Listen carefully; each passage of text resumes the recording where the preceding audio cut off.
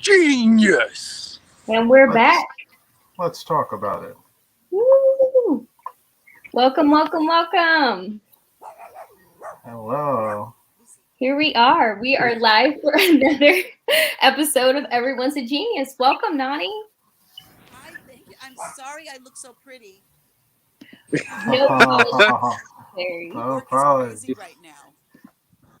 It is. Yeah. Oh my gosh.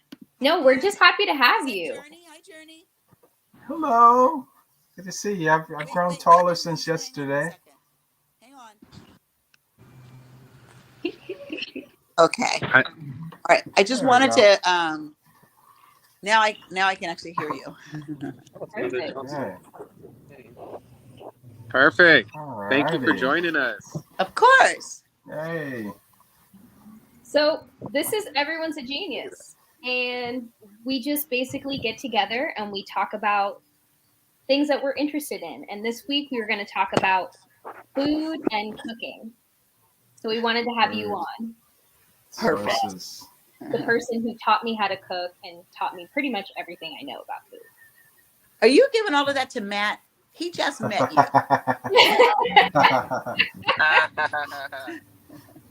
Welcome, John. John What's Dermott. up? Good to see you, man. Good to see you too. These beautiful people around here.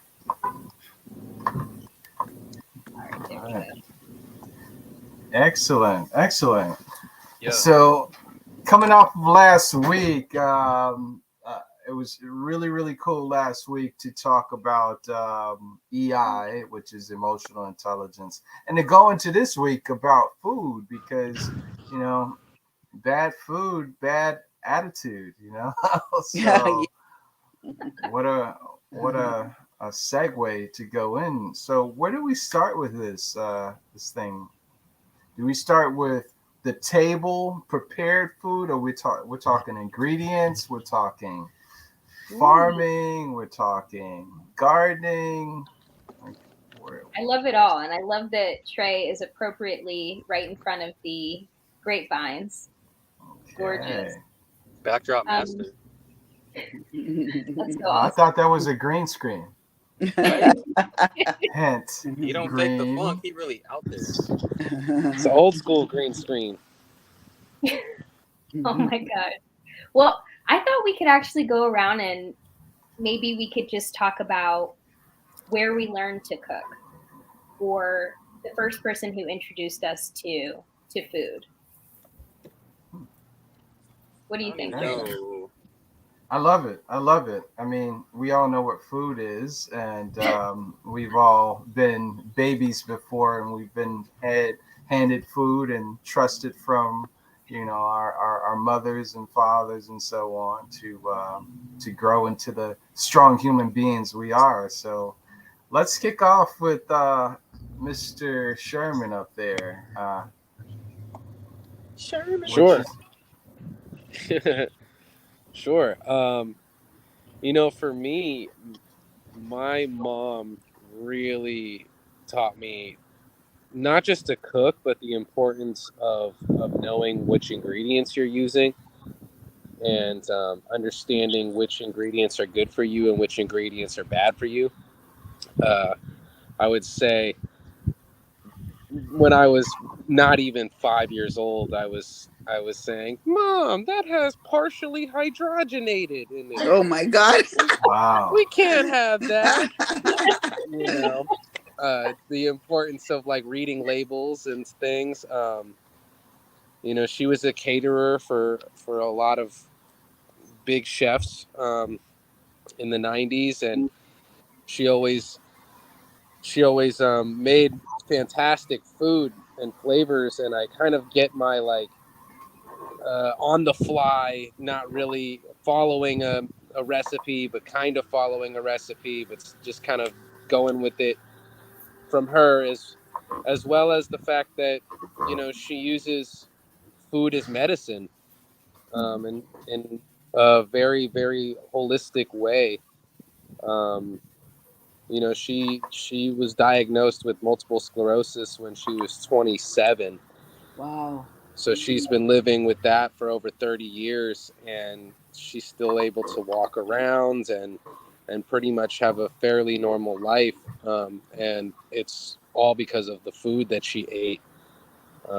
She, you know, there was a long time where she was just eating raw nuts, raw carrots, raw.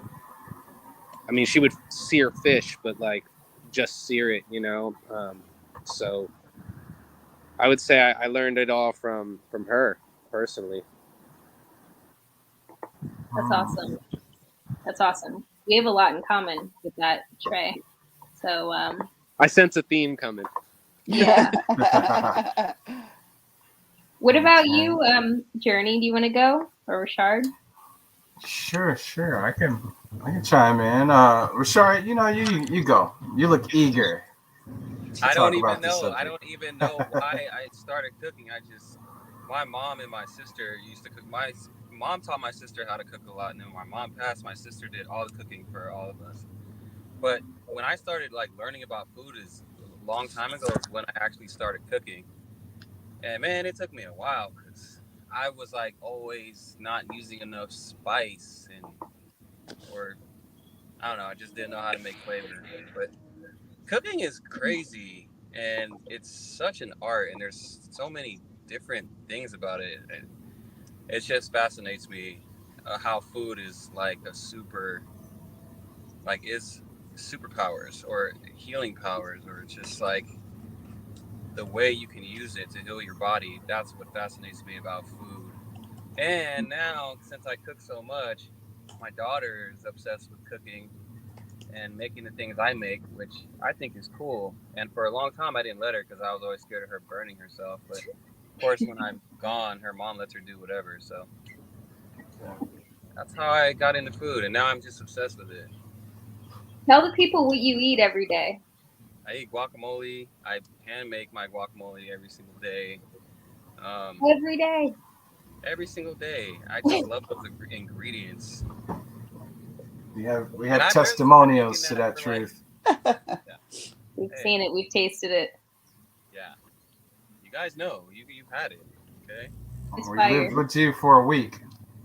And you learned how to use seasoning. So thank God for that. Right? Yeah. Now I know. It's a little more than a dash of this and a dash of that. That spice it up. John Derman, what about you, man? Well, I watch a lot of videos on YouTube. That's sort of how I learned a lot of cooking. I was actually taking the creme brulee out of the oven. That's why I was like a couple of minutes late. Oh my! No, I was. My hands were so full, you know, trying to get it was tough. But no, I love cooking. I'm thinking of making a beef Wellington tonight, but I have to go getting a lot of ingredients. Fire. I know it's gonna be fun, but it's just my daughter's eyes just lit up because she knows what beef Wellington is. Like, John Derman Ramsey. Yeah, I know. Exactly. Yeah, it's gonna be right before he shows up on your doorstep. Yeah, put your address in the chat. Yeah, I will. I have to get the ingredients. That's like I usually like shopping, but I like walking. I walk to the mall, get all the. When I'm doing a nice thing, I have to go to a nice grocery store, but usually Ralph's is right there. So. Dom, what about like growing up? Like, what did your family make? I mean, we have like Turkish food's very it's very diverse, and like there's parts of it almost all handmade, like home cooked meals are actually like pretty healthy, I would say, just because like it's a lot of like vegetables, dishes with olive oil, But you have like a Greek sort of influence, or like, I mean, people would hate it that I say this, but it's like in your mind, it's like a lot of Greek foodish stuff, you know, like on the Mediterranean side of Turkey, but on the eastern side of Turkey, it feels more Middle Eastern. So you have like, so you have everything sort of you want, I think. Like if it's like a great cuisine to pick from, because there's a lot of dishes that resemble like Greek or like Italian, you know, like stuff like that. But like a lot of dishes that resemble like more like hearty, like meaty Middle Eastern food, you know, where like kebabs and like all of those like pastry dishes. So like you could be actually, I feel like you could be vegan in Turkey, even though like I don't like it's fun, you know. I wouldn't Yeah, be, you but can, like for sure. you could be vegan in Turkey because like the handmade food especially is like Yeah. the home like home cooks almost always like cook with a lot of olive oil. Like that's like every meat dish has like an olive oil replica. I think it's because of like the like the price aspect of it, right? Like as like in some cultures you make foods that are also like cheaper, you know, so they would make like the cheaper versions of like a dish with like meat in it, and they would substitute the meat with something else, not necessarily because it's like I guess they care about animals being but it's because I think it's just cheaper at that time. Because it's Yeah. cheaper, yeah. Yeah, exactly. Yeah. And they learn how to, and they make it good because they do. Yeah, it. exactly. Yeah, and it's like some of my dishes are, some of those dishes are better than the meat versions because you have them cold. Some of them, you know, Yeah. like those olive oil dishes, you have them cold, so that's really good. It's awesome. It's awesome. But a lot of Oh, That's fantastic. So, Nani, Miss Tony Johnson, where did you Yeah. learn how to cook? The grandmother to all of you haha, here on here. Grandma. young lady. Well, you know what? I was listening and it kind of took me back. So, I was raised predominantly by my grandmothers. And, they weren't old then, but when I look back, they kind of were. And, one died at 70 years old and the other died at 102 years old. So when you just kind of do the math, you realize one was born in 1914. Okay. So, right before the Great Depression. And so she lived a good portion of the beginning of her life in the Great Depression. And then the other one was born in the Depression and also lived a good portion of her early years in Depression. And then both of them came from segregated South. And so I think all of those different things happening in their youth really did inform the way that they learned to cook. They came from a place of want, right? And so you made do with what you had, and what you had was usually limited and not the best of. And so they were able to, grow some food, and some of the food, they were sharecroppers, some of them. So after, they paid off the use of the land, what was left was supposed to get them through the year. So I think, and they both were instrumental in teaching me about food preparation, food conservation, making one chicken feed 12 people, and that sort of thing. And so, and then, and as you get older and you expand your life, you expand your fishbowl, and you have people from multiple cultures coming in and informing you on how they lived and introducing you to foods that they have, it kind of lays on top of what you started out with. And then as I was telling Layla and Matthew a couple of weeks ago, I had a beloved aunt who was a genius in multiple ways. And, she perfected and spoke, wrote, and read fluently 7 different languages. And so for her, she did total immersions into whatever culture and whatever language she was learning. And that really, and she brought that on to me. So I had a love of food from people who knew how to make a lot out of a little. And I think my aunt taught me how to taste the food in my head before I actually put it in a pot. So, walking through the grocery store with her was never about, a prescribed recipe. It was walking through, before it was even cool to be like that, right? Walking through and able to actually taste what this particular kind of pepper versus this particular type of squash versus this particular type of green vegetable was going to taste like in your head, and what a seasoning would taste like in your head, and what it would taste like if you blended it. So for me, even to this day, I can look in a pantry with no idea of what I'm going to cook and not see what's missing, but see what's possible. And that's kind of been the way that I have cooked forever. One of the things, my own personal thing, after coming from all of their experiences, and the alchemy of that, the thing I think that's my own very personal thing is that the food has to look beautiful before I can even get to the point of sitting down and enjoying it. If it isn't beautiful, if everything on the plate is brown, I'm not going to eat it. I don't care, what gastro chef did it. I'm not going to eat it. It has to be beautiful. And then it has to smell beautiful. And then finally, I need to know, what are we going to drink with it that is going to complement it, not to quench thirst, but really to take those flavors and take them to the next level. So that's kind of how I do what I do. And then as I got older, I did away with most meats. So that created a whole nother way of thinking, a way of contemplating food, because so much of, especially in the States, so much is about the protein and how it's the starring role most of the time. And so when you take that out of your repertoire, you really have to think differently about food and about food sources.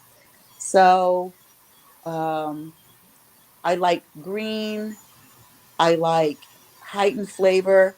And because I knew Matthew was going to be my grandson one day, I like spice. And also families from Texas and Louisiana. So what are you going to do? But for me, I would just say I really appreciate people that really think about what they're going to put, what they're going to put in their pot. And I like when they really think about what it's going to look like on the plate. And I like when they really think about what the plate is going to look like. All these things matter. All these things matter. How they're going to set the table, because food is not only a nourishment for the body, it's a nourishment for the mind and for the soul. And for me, when I cook for people, it's because I love them and I really want them to understand how much they mean to me. So I go all out, edible flowers, all of it, because I really want them to understand that they mean a lot to me. So that's my food experience. Oh my God. I'm older than y'all. That's powerful. Wow.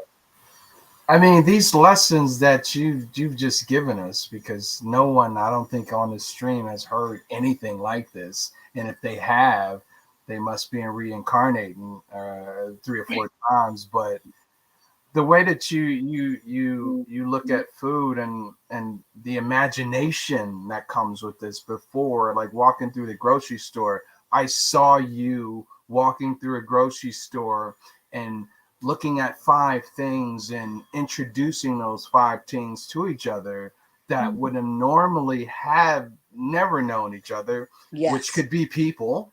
Yes. And they have a huge conversation, and then they start to learn each other, and then next thing you know, they're family. Yes. That's it's what true. I saw. That's creativity. It's I think for most of us, in this country, we have had, most of our life has been prosperity. Even when we thought, oh my God, it's times are tough, but as a whole, we have lived in times of prosperity. And prosperity oftentimes limits your imagination. It's when you have to make something out of nothing that you really come up with something fabulous. And I think that has been the blessing I've had in my life, is that I've been able to certainly enjoy prosperity, but enjoy it all the more because I went through a time of want. And people I loved the most came from a time of want. And there's just real power in that. And it shows you that even though, you know, my kids, including my Layla, when they were younger, would say, there's nothing to eat, because there was no fast food, no junk food, no easy microwavable food necessarily in the kitchen. It was things that you had to pull together to make something wonderful.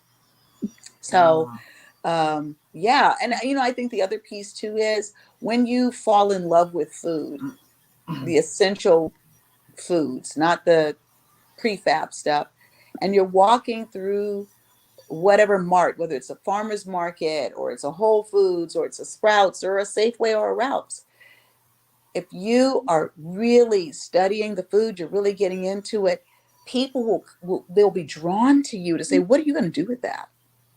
How are you going to, you know, what's going on here? And then they give you their take on what they would do with it. You know, I didn't know other people like this too, you know. So it keeps you inspired. And for me, because I have a love for food and a love for preparing food in a loving way that is both well-informed, well-prepared, but also interesting, it keeps me relevant to people your ages, because you guys are interested and interesting and creative and all those things. And it's very easy at a certain age to fall out of relevance because we stop understanding the new languages. And so food helps me kind of bridge that, whereas clothing can no longer do that. I could never wear what you guys wear and get away with it.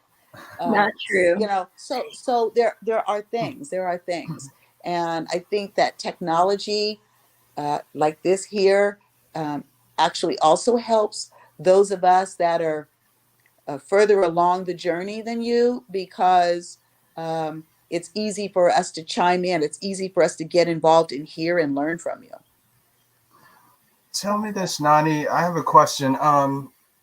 Was there anything through just the want that you combinated and it became your specialty?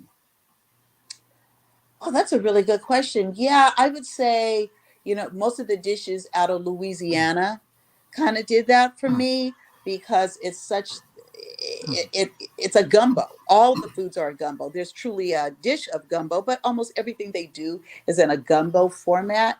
And I think that really did it for me. So, you know, going through and finding all the different vegetables and then blending them with homemade stocks, and then using variations of peppers and spices probably is a thing for me. That's probably my greatest claim to fame, are soups and broths. But I can put a really good scald on a chicken too. I can really do that.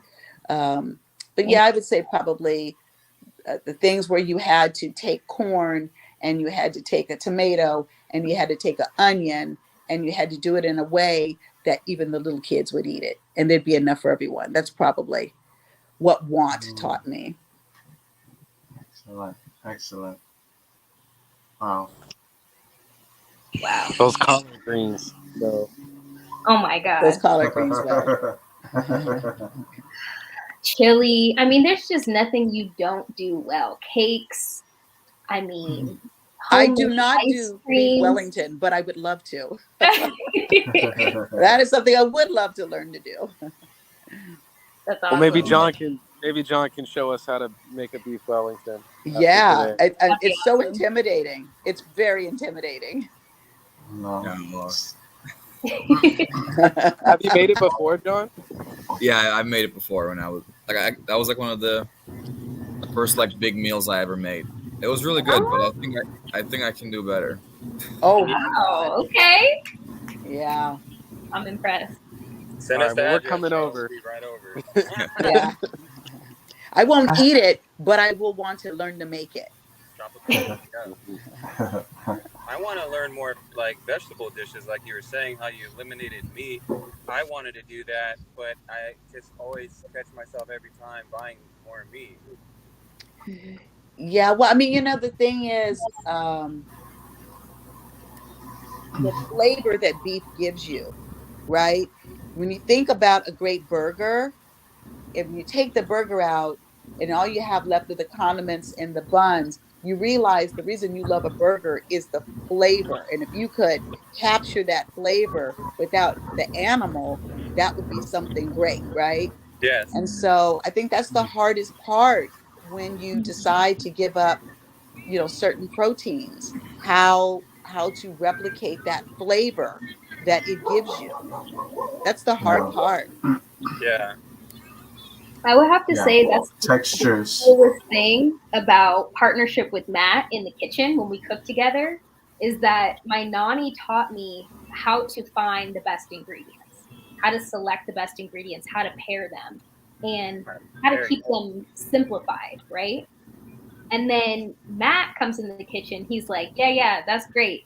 Now I'm gonna add this cayenne. I'm gonna add this lemon zest. I'm gonna add this some peppers. He throws peppers in everything, and he just creates this complexity of flavor. It doesn't matter if it's an egg or a squash, which I never really liked squash because it doesn't taste like anything to me. It doesn't taste like anything to me, but he makes it spicy and deep and interesting. And I would say that that's one of the things that I like best about cooking with you. Yeah, I like, I used to eat meat a lot. I mean, I still do, but not as much. And I think like gamey vegetables like eggplant have been a great replacement. Because eggplant and like stuff like cauliflower, like those things really like to retain flavor. And you can, if you just season it similarly that you did with some meat, you can really get that flavor you're looking for. Mm-hmm. Dang, I kind of want to make like an eggplant burger now. Yeah, throw it on the grill. Ooh, put a little char on it. Smoke Yeah. taste. All right, fair enough. That sounds really good. Right? Let's go get some buns.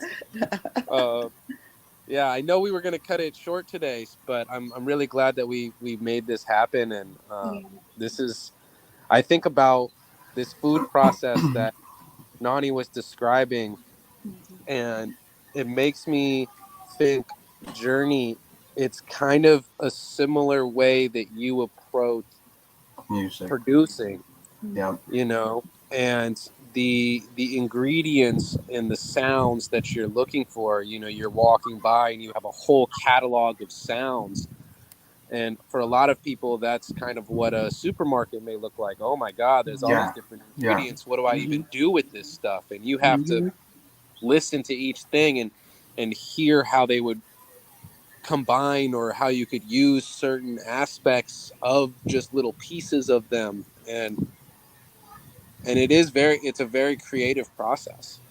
It most certainly is. That's why I got goosebumps when you were describing the whole process, because it's not judging, and you can't be judgmental and creative at the same time. You can't That's true. introduce certain colors and just have that judgmental mind. It's like no room to be cynical when it comes to these combinations of things. And a great cook is a great friend.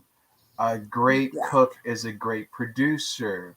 A great cook understands music and musicianship. A great cook understands how to mitigate a conversation.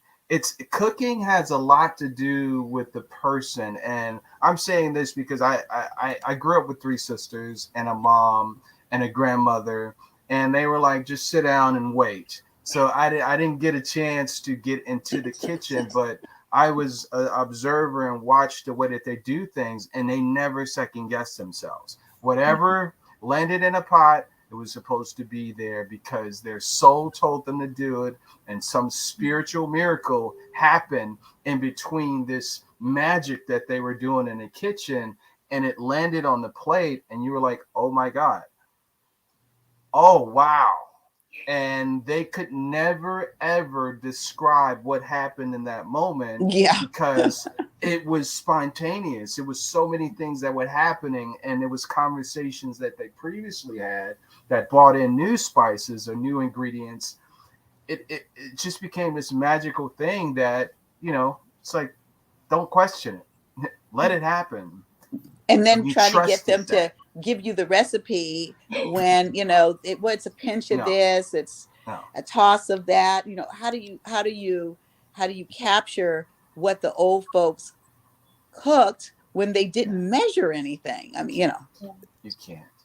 Yeah. But I think what's great also is, if you can go into a room and no one knows one another and no one's talking, they've got all their walls up, right? And then you say, okay, so now we're going to team people up to cook, and then all of a sudden, all the fears, I don't know anyone that looks like you, I don't know anyone from your neighborhood, all of that goes away. Yeah. And the great leveler is cooking, just pulling it all together, bringing the different ideologies in different ways. Well, my grandmother did it this way. Well, my aunt did it that way. Well, I've never done it before. It's the great leveler. And I think that's what I love about it. Amazing. Uh-oh. Amazing. Amazing. Well, I'm so glad we did this, you guys. Every Friday is so fun because we have a new topic every time. We never know what we're going to say. We just hop on here and celebrate the genius that is within each and every one of us. And I'm so grateful for you, team. I'm so grateful to Nani for showing up today and just blessing us with these gems of inspiration. I hope you guys take this into your weekend and into your lives. Something new. Yeah. I'm going to the grocery store to just look. They're going to be like, are you looking for anything? No. I'm having conversations with... I'm just open. I'm just taste testing. No. Love it. Well received. Thank you. This is so good. Thank you. Nani, we'll be over a little later to taste test. Don't worry. Well, don't worry. Today we're opening wines. So then I'll definitely be over. We will see you later. All righty. Right. Bye. Thanks, everybody. Bye, everybody. Okay. Hold on, I want to play the video. Countdown. Trying to play. Oh, where is that? Bye, guys.